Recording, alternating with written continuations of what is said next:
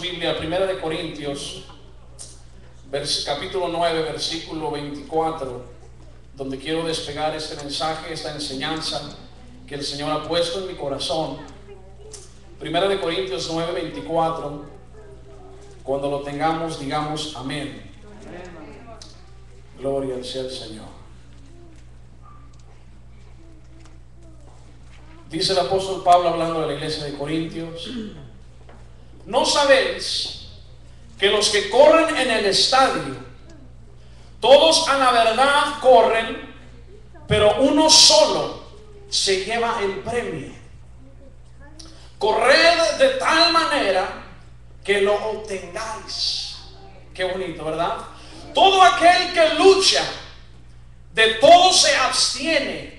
Ellos, dice, a la verdad, para recibir una corona corruptible, pero nosotros una incorruptible.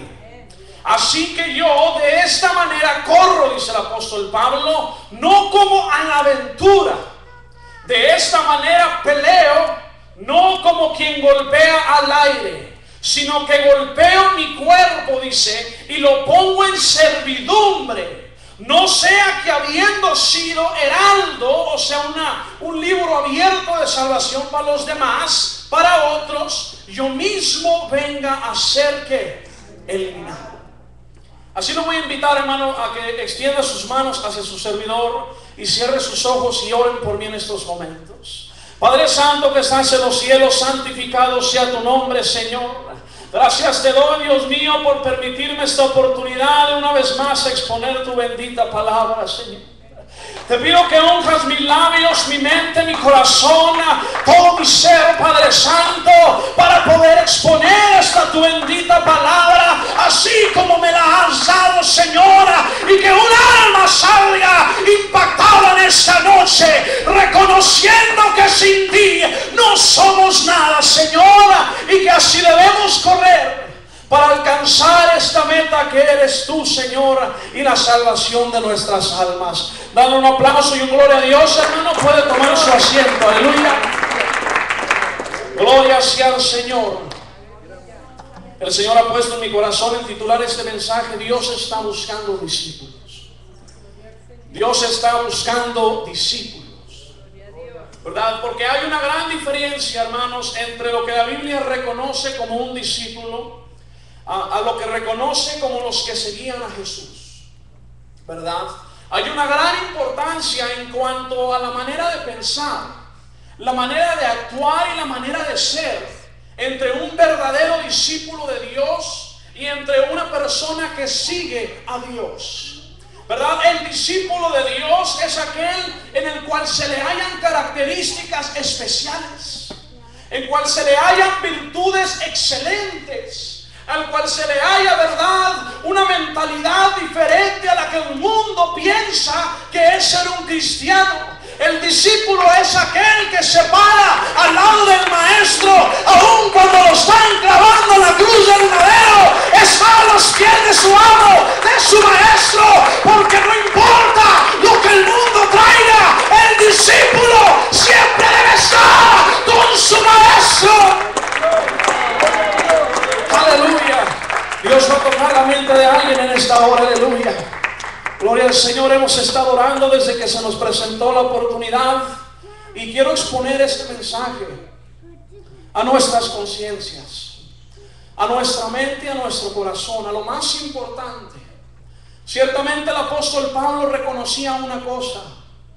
Él decía: en mí está el deseo de hacer el bien, pero no el hacerlo. Ciertamente en mi caminar he encontrado una ley, que es que mis miembros están sujetos a la ley del pecado. Aunque mi alma se regocija con las cosas de Dios, mi cuerpo y mis miembros están sujetos a esta ley.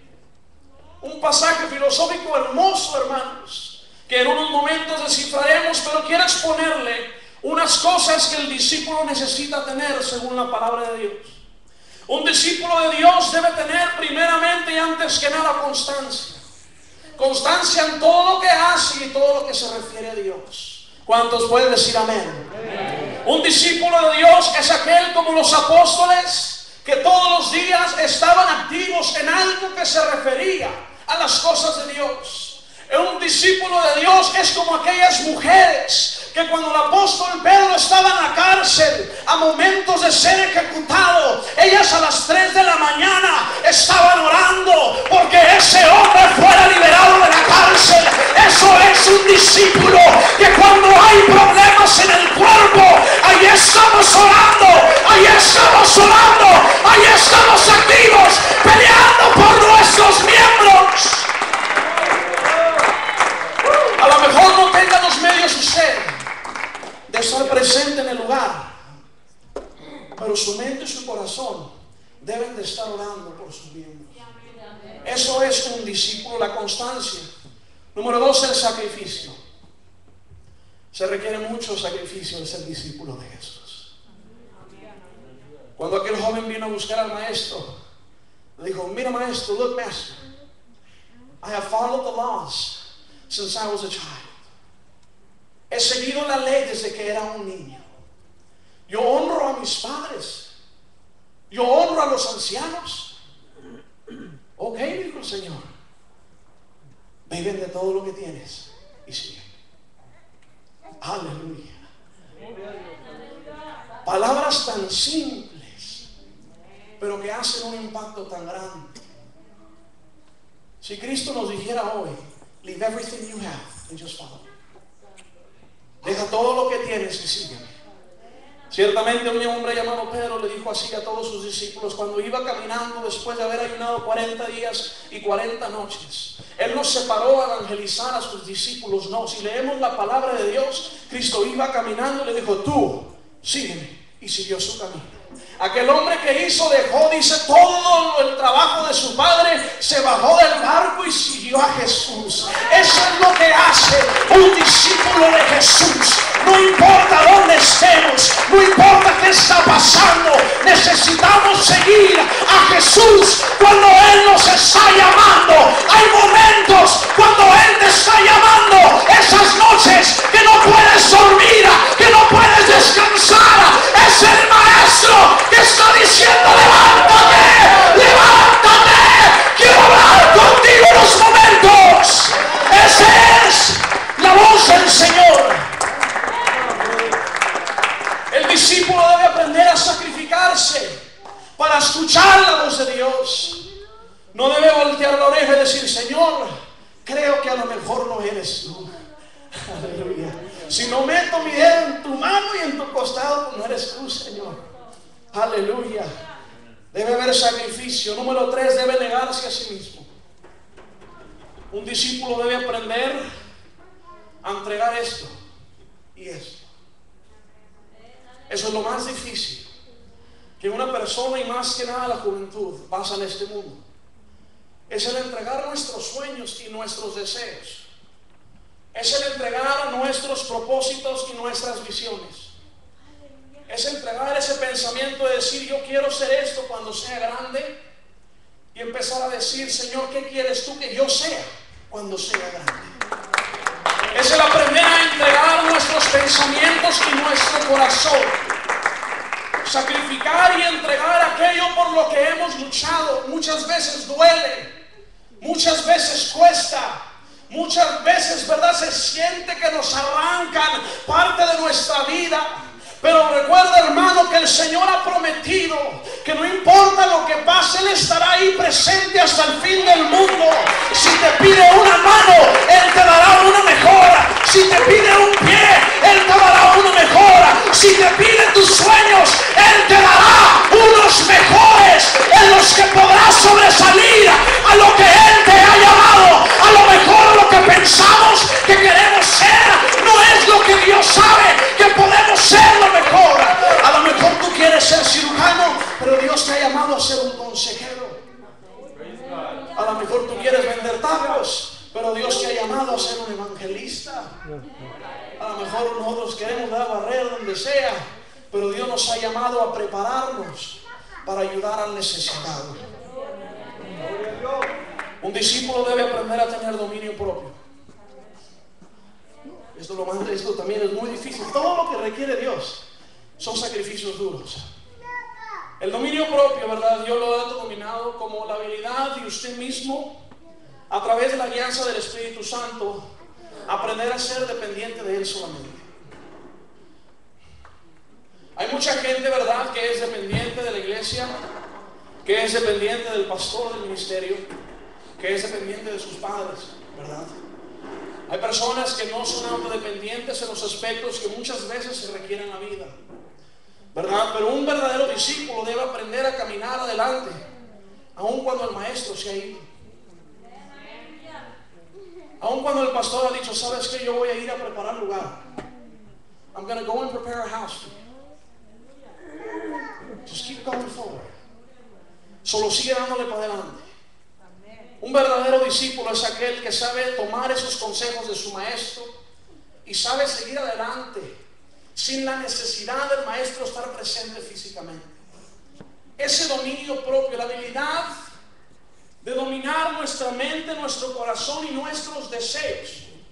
Aquello que lo que Pablo en el capítulo 7 del libro de los Hechos, de Romanos, versículo 18 habla. Si me lo pusieran, por favor. Romanos 7, 18, lo leeré yo porque me encanta la versión que tengo aquí. Dice, yo sé que en mí, analice lo que voy a decir, ¿ok? Lo que habla el apóstol Pablo es algo tremendo.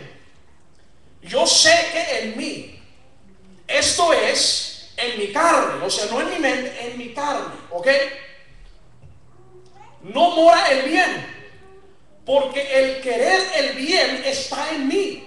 O sea, en todos nosotros siempre deseamos hacer el bien, ¿verdad? ¿Amén? Amén. ¿O deseas hacer lo malo? No. No. We always want to do what's right. In our minds and in our hearts, we feel that we know what's right and what we have to do, which is right, but we can't do it, right? Amen. Lo difícil es hacer el bien. Dice, porque en el querer el bien está en mí, pero no el hacerlo. Porque no hago el bien que quiero, sino el mal que no quiero, eso hago. Y si hago lo que no quiero, ya no lo hago yo, sino el pecado que mora en mí. Así que, queriendo yo hacer el bien, hallo esta ley. Ok, en este momento estamos hablando del apóstol Pablo, le escribe a la iglesia de Roma. Pablo está aproximadamente entre los 55 y 65 años. Es un hombre ya mayor, ¿verdad? Un hombre de experiencia, un hombre el cual había sido tomado por Gamaliel, quien es el sumo maestro de Israel. Y en esos tiempos usted no iba y aplicaba una aplicación y decía, I want to study at this man's school. Yo quiero estudiar en UNLV. No. En esos tiempos, bien comentaba mi padre, el maestro decía, ¿sabes qué? Tú, yo te quiero a ti como alumno. Usted no podía escoger su maestro, y mucho menos podía escoger al sumo maestro de todo Israel. Por eso Pablo se gloriaba en decir, yo fui instruido a los pies de Gamaliel. Él estaba diciendo, a mí Gamaliel me escogió. El maestro más grande me escogió para enseñarme todo su conocimiento, pero también dijo, todo eso lo tengo por basura, por seguir a Cristo, porque Él entendió que no importa de dónde vengamos, el más grande siempre será Jesús. Es el que instruyó a Gamaliel. ¿Quién es el que instruyó a Alel, su abuelo? Un babilónico instruido bajo la escuela de Daniel en Babilonia, que vino, ¿verdad? Y le entregaron el Sanedrín. Y su nieto se quedó como heredero y este hombre instruyó a Pablo. Pero fíjese, dice, así que, versículo 21, queriendo yo hacer el bien, hallo esta ley. ¿Qué es una ley? Algo establecido, ¿verdad? Y más si es una ley espiritual, es algo que no se puede conmover, no se puede mover. Hallo esta ley, que el mal está en mí, dice. Porque según el hombre interior, o sea, ya nuestra mente, nuestro corazón, me deleito en la ley de Dios. ¿Cuántos de no venimos?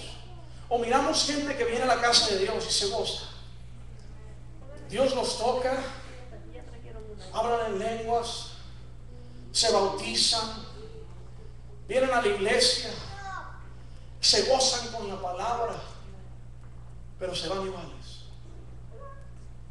Porque hay una ley, hay una guerra, la cual está hablando Pablo, que todos seres humanos estamos sujetos a ella.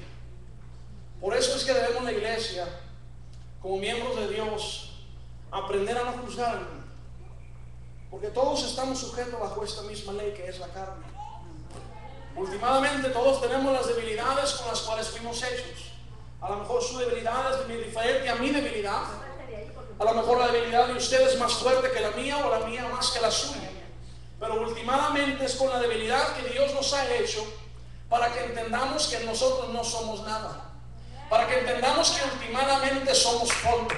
Para que entendamos en que Él nos haya lavado, no seguimos de pasar al mismo nivel de donde Él nos creó. Para que entendamos que debemos ser humildes y siempre pedirle misericordia, porque sin su misericordia últimamente caeríamos en el mismo hoyo del que toda la vida estamos corriendo, porque esta carne está sujeta a la ley del pecado. El apóstol Pablo estaba sujeta a ella.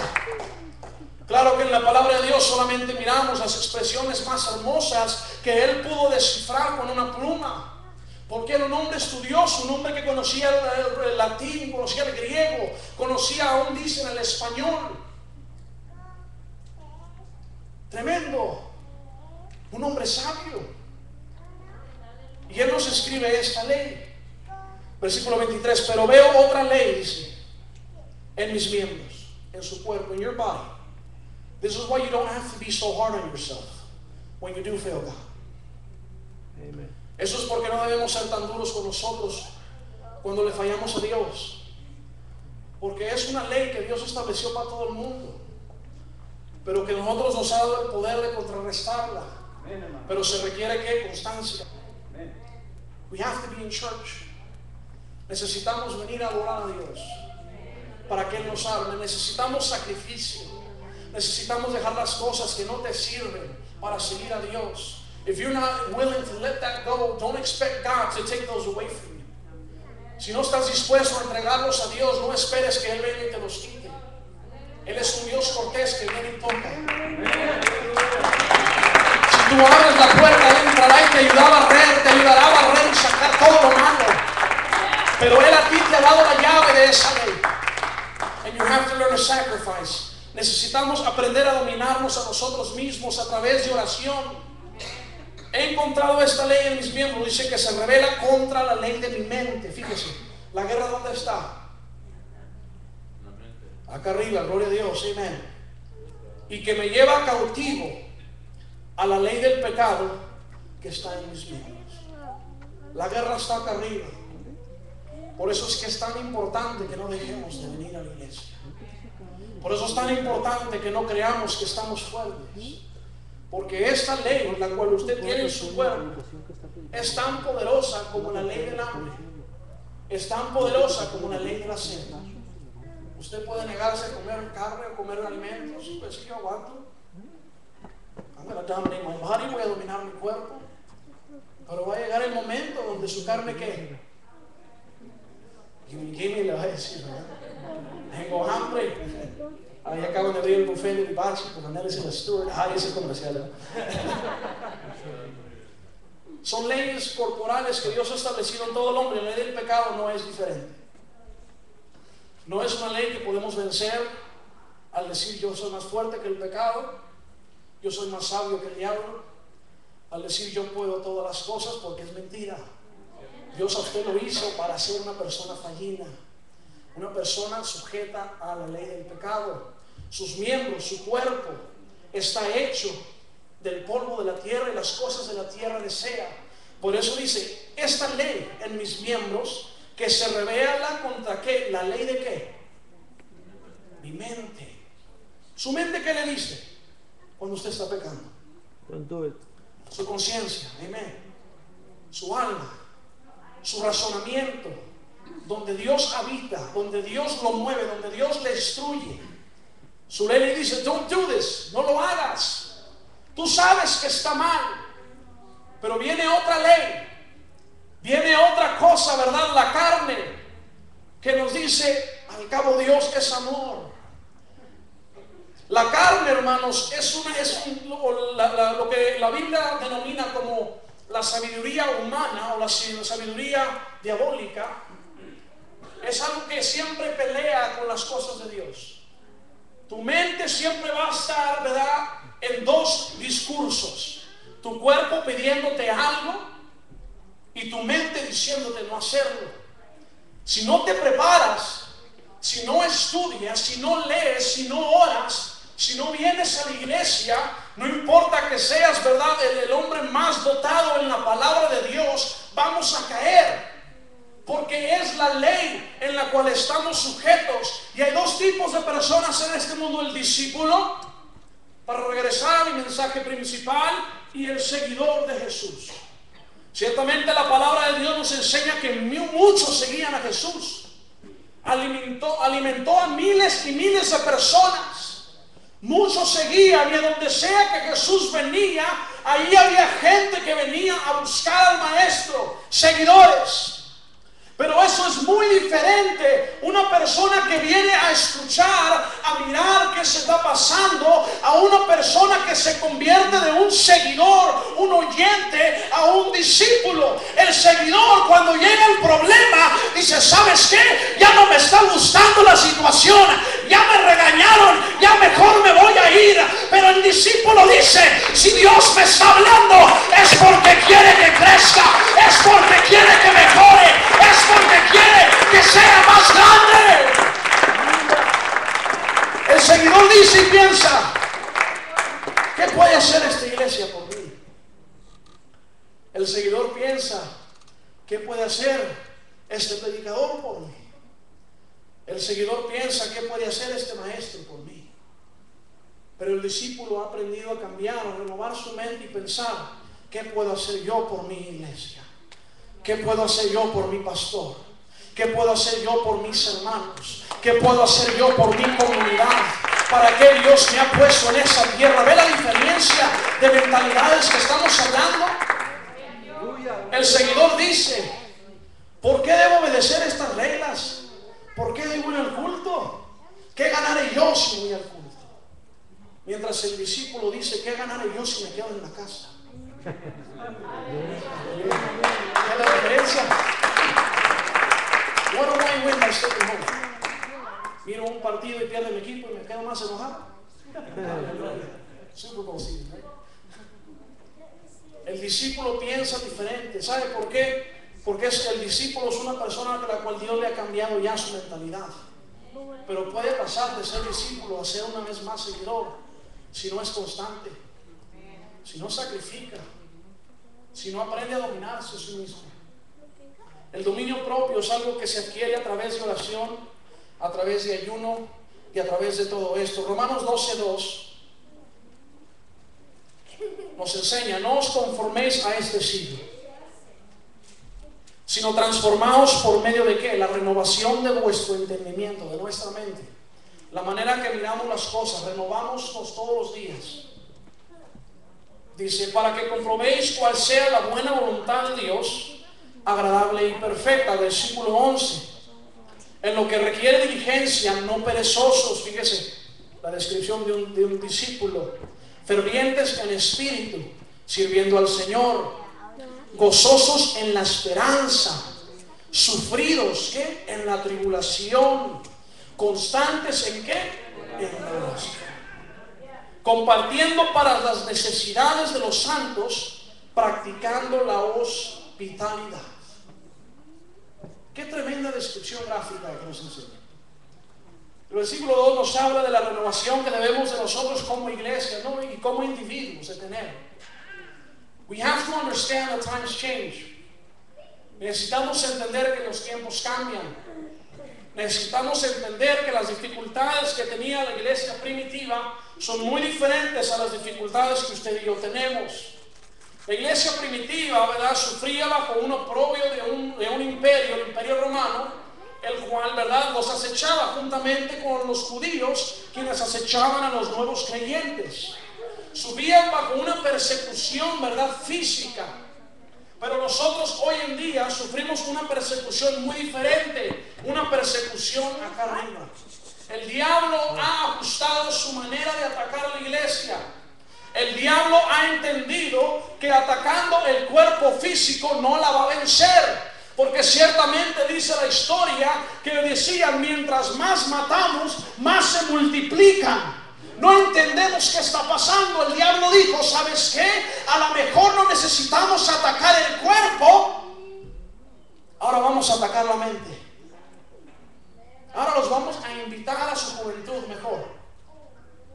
Le vamos a presentar algo más entretenido que lo que la iglesia ofrece. Es la manera que el diablo ataca. El diablo ataca a la juventud. And it's hard, es difícil. Ser joven en estos tiempos en la iglesia es muy difícil. Hay gente que llegó a la iglesia como grandes y es muy diferente, ¿verdad? Al mirar a sus hijos, a mirar la juventud, atravesar por la adolescencia. Los cuerpos están pasando por cambios diferentes, los cuales no podemos combatir. Todos pasamos por ahí. Y es muy difícil, debemos de ser muy sabios en nuestra manera de trabajar con la juventud. Porque nosotros no podemos empujarlos o regañarlos por cosas que están pasando, sino necesitamos aprender a entender que las experiencias que Dios nos va a hacer pasar, porque nos va a hacer pasar por cosas duras, si no se acercan a Dios, últimamente van a traer un fruto mejor que el que puede pasar si solamente se quedan en la iglesia. ¿Por qué lo digo? Porque es imposible para un cristiano aconsejar a una persona en un área en la cual no tiene o no ha pasado por ello. Yo he pasado como joven por esta experiencia. Gracias a Dios, ¿verdad? No estuve fuera de la iglesia mucho tiempo, sino que me mantuve lo más constante que pude. Pero sí miré muchos jóvenes que pasaron, ¿verdad? Por la dureza de sus padres, que últimamente los echaron para afuera. En vez de entender de que los propósitos de Dios no los podemos entender. Si su hijo no pasa por una dificultad, ¿cómo va a poder aconsejar a una persona que se fue de la iglesia? Si su hijo no se ha ido, déle mejor en las manos de Dios a su hijo de Señor. Por lo que tú lo vayas a pasar, mejor que sea de bendición para alguien en el futuro. Que si él se va a descarriar, mejor tráelo, pero tráigalo. Haga usted como el hijo pródigo. Entréguele sus bienes, aunque todavía no le toquen. Entréguele su porción. Aunque usted la tenía predestinada para cuando se bautizara, para cuando sea ministro, para lo que sea. Si Dios lo quiere pasar por un problema, entrégueselo a Dios. Learn to give him to God. Y esto también va para los jóvenes. Si ustedes no se quieren entregar a Dios, créanme que Dios los va a hacer pasar por fuego. It's not going to be easy. It's not going to be a beautiful place. It's going to be hard. You can just ask any of the parents, you can ask any of the grown men that are here in this place. It's not easy. It may seem easy, it may seem fun, but it's not. But if you want to go through that and you want to test God, you want to put your life on the line to see if you're going to heaven or hell, that's up to you. Just pray to God that when the time comes that they realize that you have to change, you do it in the opportune time. Si Dios está a punto de pasar a alguien por problemas, pónganse en las manos de Dios. Sus correcciones, sus instrucciones, o nuestras instrucciones a la gente que tenemos cerca, muchas veces no funcionan. Pero si le decimos, Dios, aquí están mis hijos, aquí está mi hija, se está revelando, está pasando por esto, su mente, su corazón está pasando por problemas, por dificultades. Ayúdala para que últimamente, cuando llegue el momento, se entregue a Dios. Y esas experiencias le puedan servir a alguien más que está pasando por eso. Amén. Un discípulo aprende a renovar su mente y a entender las cosas como Dios las tiene planeadas. Una persona o un discípulo, al renovar su mente, aprende a pensar de la manera que Dios quiere que pensemos. Dios quiere que seamos personas analíticas de lo que está pasando. No nomás juzgar o atacar las cosas que suceden en el mundo, sino reconocer de que suceden porque Dios ha permitido que sucedan. Porque algo bueno va a salir de todo eso. Amén. Gloria sea al Señor. Primera de Pedro capítulo 2 versículo 11. Voy a leer una porción. Dice: amados, yo ruego como extranjeros y peregrinos que abstengáis de los deseos carnales, la ley que hablaba Pablo, que batalla contra el alma, manteniendo buena vuestra manera de vivir entre los gentiles, para que en lo que murmuran de vosotros como de malhechores, glorifiquen a Dios en el día de la visitación, cuando Dios venga, al considerar vuestras buenas obras. Por causa del Señor, dice, someteos a ¿qué? Toda institución humana, no sé si dice de la misma manera, toda ordenación humana o toda institución humana, gloria a Dios, ya sea al rey como superior, ya a los gobernadores como por él enviados para castigo de los malhechores y alabanza de los que hacen bien, porque esta es la voluntad de Dios, que haciendo bien hagáis callar la ignorancia de los hombres insensatos, como libres, pero no como los que tienen la libertad como pretexto para hacer lo malo, sino como siervos de Dios. Un discípulo de Dios debe aprender a sujetarse a las instituciones humanas. Un discípulo de Dios debe aprender a sujetarse a las leyes de su estado y de su gobierno federal. Amén. ¿Cuántos pueden decir amén? Aleluya. Luego le culpamos a Dios los tickets, ¿verdad? Dice, como libre, dice, porque esta es la voluntad de Dios, fíjese. La voluntad de Dios es que nos sujetemos a Dios. La palabra de Dios, el libro de los Romanos también enseña que Dios es el que pone los magistrados, Dios es el que pone los reyes, Dios es el que los quita también. Amén, aleluya. Al nosotros rebelarnos, nos rebelamos contra lo ya predestinado de Dios. Ahí es donde entra, hermanos, la renovación de nuestra mente. Como cristianos debemos de aprender a ser más sabios que aquellos que se dicen a ser salvos allá afuera. Como cristianos, el mundo nos pone, ¿verdad?, en una bombita en donde dice que son gente ignorante, que por todo se pelean, y no somos así. Un discípulo de Jesús debe ser una persona estudiada, una persona que día a día se capacite a sí mismo para ser más conocedor de las cosas del mundo y las cosas espirituales. Si a usted Dios le presenta a un abogado y él quiere saber de Dios y usted no está en el nivel del abogado, ¿qué va a hacer él? Lo rechaza, se cierra, no escucha. Pero si la juventud se preparara y se estudiara y se convirtiera en algo, pueden combatir las dificultades que estas personas presentan. Porque a mí me ha tocado estudiar, ¿verdad?, estudiar y platicar con estudiantes de leyes, con estudiantes de psicología, de filosofía, y sus preguntas y sus cuestionamientos son muy diferentes. Pero para poder contradecirlos debemos de tener ¿qué? Entendimiento, renovación de nuestra mente. Una constante, ¿verdad?, renovación y entendimiento de que el mundo cambia. Los evangelistas que salen a África, los evangelistas que salen a Australia, se encuentran con culturas muy diferentes a la nuestra. Y debemos de aprender que la gente va a venir a la iglesia muy diferente a como usted y yo somos ya. Nuestra cultura, que es, ¿verdad?, la iglesia, porque no es una religión, sino es una cultura que hemos adoptado, es muy diferente. Y cuando la gente venga de afuera de la iglesia, ¿verdad?, con alhajas, con pantalón, con lo que sea, no podemos rechazarlos. No podemos decir, ¿sabes qué? Aquí no puedes entrar si no te cambias. Porque éticamente eso no enseña amor. Debemos de dejar que Dios cambie a la gente, que Dios trabaje en la persona, que Dios últimamente le diga, ¿sabes qué? Yo no ocupo eso. Esto nunca me ha hecho feliz. Yo miro que los hermanos se gozan, alaban, se cantan y todo, y son tan sencillos. Eso es lo que Dios hace, amén. Gloria al Señor. Pongámonos de pie, ya les quité casi 40 minutos de su tiempo, ¿verdad? No me gusta ser muy extenso, pero sí quiero dejarle esto en su mente. Que usted aprenda a discernir, hermano, entre el momento, ¿verdad?, que ha llegado a ser un verdadero discípulo, al momento que solo está caminando para llegar a ser un discípulo. Analyze your life. Analice su vida. Un discípulo de Dios es una persona que a través del Espíritu Santo ha aprendido a vivir la manera que Dios nos demanda en su palabra. Un discípulo de Dios es aquel que se sujeta y se humilla ante su Dios y dice: Señor, yo no puedo. God, I can't do it by myself. Un verdadero discípulo es aquel que le dice: ¿sabes qué, Señor? Yo he fallado. I failed. Yo he fallado. A lo mejor me he ido en contra de tu voluntad. He cometido errores. Pero perdóname. Tú me has sujetado a estas debilidades. Ayúdame a vencerlas.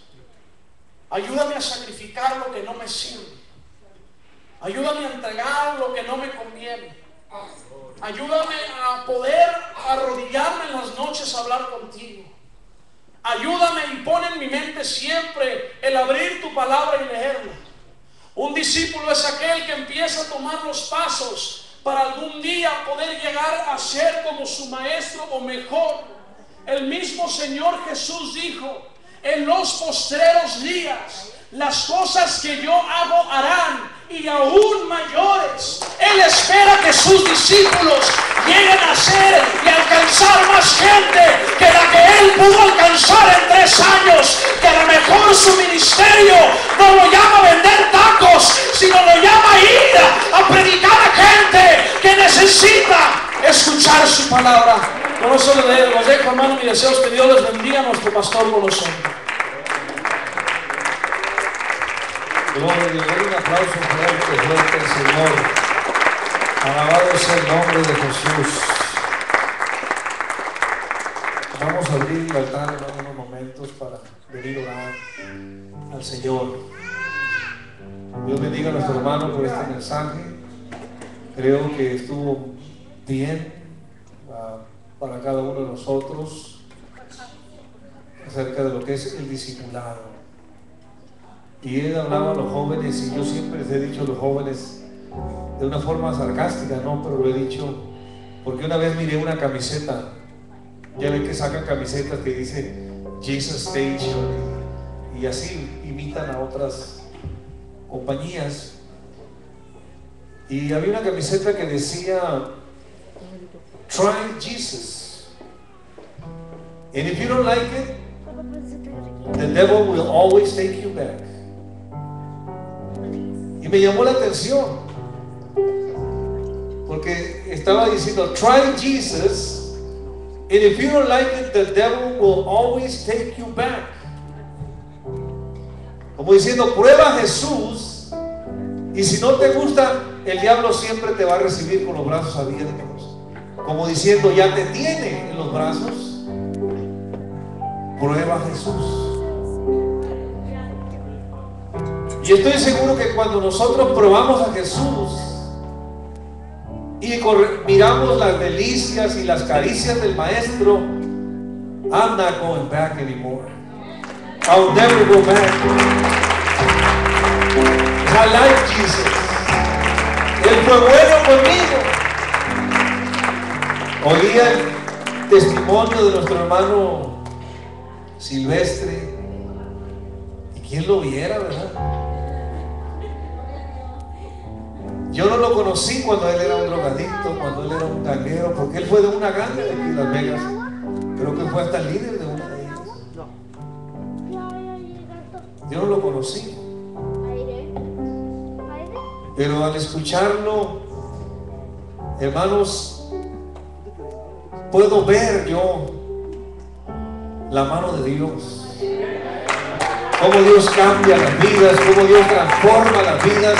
Pero lo que tenemos que hacer, como decía nuestro hermano, es buscar al Maestro y seguirlo. No como los que lo seguían, porque se dice que era un promedio de como 700 personas que seguían a Jesús todos los días. 14,700. En una ocasión le dio de comer a 5,000, sin contar niños ni mujeres. Por eso sí lo creo que eran 14,000 o arriba de 14,000 personas que seguían a Jesús todos los días. Todos los días estaban con Él. Pero cuando llegó la prueba, cuando llegó la lucha, ni los apóstoles estaban ahí. Solo uno, su madre Y aquella mujer agradecida, a quien Dios le había expulsado 7 demonios, estaban a los pies del maestro contemplando el sacrificio que él estaba haciendo por la humanidad, porque habían entendido el propósito de su venida. Cuando entendemos el propósito del sacrificio de Jesús en la cruz, hermano, créeme que nuestra vida va a ser diferente. Le serviremos con el corazón, nos apartaremos de la droga, del vicio, del mundo, del paganismo, del yo, y ahora diremos como Pablo: ahora no vivo yo, mas Cristo vive en mí. Alguien dé un aplauso al Señor. Ahora no vivo yo, mas Cristo vive en mí. Esa gente está buscando a Jesús todos los días, porque dice la Escritura que iban caminando en una ocasión Jesús, y de repente se paró y se dio la media vuelta. Y véanme que cuando Jesús se para y se da la media vuelta y mira a la gente a la cara, no es algo muy agradable. Dijo Jesús: vosotros me seguís porque les doy de comer, dijo. Ustedes me siguen porque los alimento. Eso dijo. Y Pedro se acercó y le dijo: maestro, qué duras palabras son estas. La gente se está yendo, Señor. Y el Señor le dijo: Pedro, si te quieres ir tú también, ven. Y Pedro le dijo: Señor, pero no, ¿a dónde iremos si no solamente tú tienes palabras de vida eterna? Qué bonito es entender eso, hermano. Qué bonito es entender el sacrificio del Maestro. El Maestro te eligió a ti y me eligió a mí también. Si tú estás aquí tonight, it's porque He chose you. Él te escogió. Él te escogió a ti, te escogió a ti y a mí también. Decía nuestro hermano, y es cierto,